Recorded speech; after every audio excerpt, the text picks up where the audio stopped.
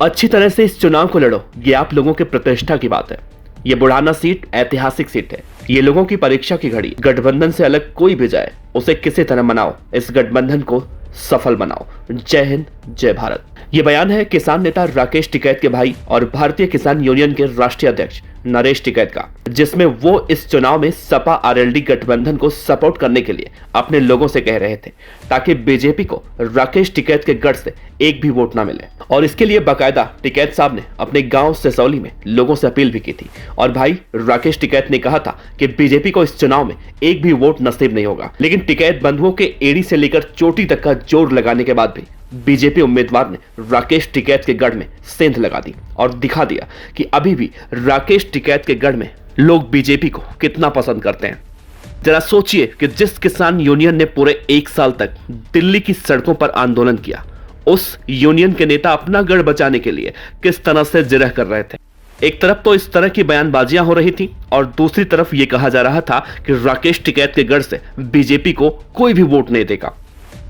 लेकिन जब नतीजे आए तो हैरान करने वाले थे। बीजेपी की तरफ से चुनाव लड़ रहे प्रत्याशी उमेश मलिक राकेश टिकैत के गढ़ पर भारी पड़े। अब आप सोच रहे होंगे कि मलिक साहब तो चुनाव हार गए, तो फिर भारी कैसे पड़े, वो भी आपको बताएंगे। 2022 विधानसभा चुनाव में पश्चिमी यूपी की एक सीट पर सबकी निगाहें थी और ये सीट थी मुजफ्फरनगर की बुढ़ाना सीट।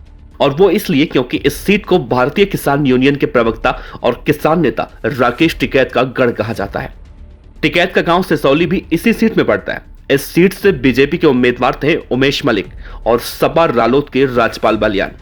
बुढ़ाना की सीट पर बीजेपी उम्मीदवार उमेश मलिक का दबदबा इसलिए कहा जा रहा है क्योंकि राकेश टिकैत के भाई नरेश टिकैत ने जनता से अपील की थी कि वो राजपाल बलियान को जिताएं। इतना ही नहीं, बीजेपी उम्मीदवार उमेश मलिक के ऊपर चुनाव प्रचार के दौरान हमले करवाए गए। उमेश मलिक की माने तो उनके खिलाफ षड्यंत्र रचने के लिए टिकैत के समर्थकों ने ऐसा किया था। उनकी गाड़ी पर काली स्याही फेंकी गई, तोड़फोड़ की गई। इसके बावजूद भी वो टिकैत बंधुओं पर भारी पड़े। अब आप सोचिए कि किसी भी नेता के लिए ये कितनी बड़ी बात होगी कि उसी के गढ़ में उसी के समाज के लोग उसी की बात को ना सुने और उसके विरोधी उसके और उसके बयान दोनों पर भारी पड़े। हालांकि राकेश टिकैत के इस गढ़ से 2017 के विधानसभा चुनाव में उमेश मलिक ने भारी मतों से जीत भी हासिल की थी।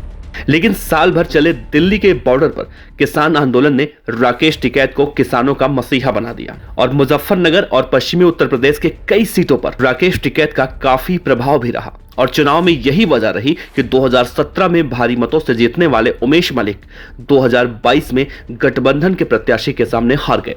लेकिन राकेश टिकैत ने जिस तरीके से ऐलान किया था कि कोई भी बीजेपी को वोट नहीं देगा, यह ऐलान पूरे तरीके से ध्वस्त हुआ और उमेश मलिक ने इस चुनाव में राकेश टिकैत के दबदबे के बावजूद भी 1 लाख से ज्यादा वोट हासिल किया। हालांकि उन्हें हार का सामना करना पड़ा, लेकिन 1 लाख से ज्यादा वोट पाने का मतलब है कि बीजेपी और उमेश मलिक का जलवा अभी भी राकेश टिकैत के गढ़ में कायम है और राकेश टिकैत के गढ़ में उनके प्रत्याशी के सामने उन्होंने 1 लाख से ज्यादा वोट हासिल की। ये बीजेपी के लिए आने वाले समय यानी कि 2024 में अच्छा संकेत भी देखा जा रहा है और गठबंधन के लिए निराशाजनक। Team BDF news.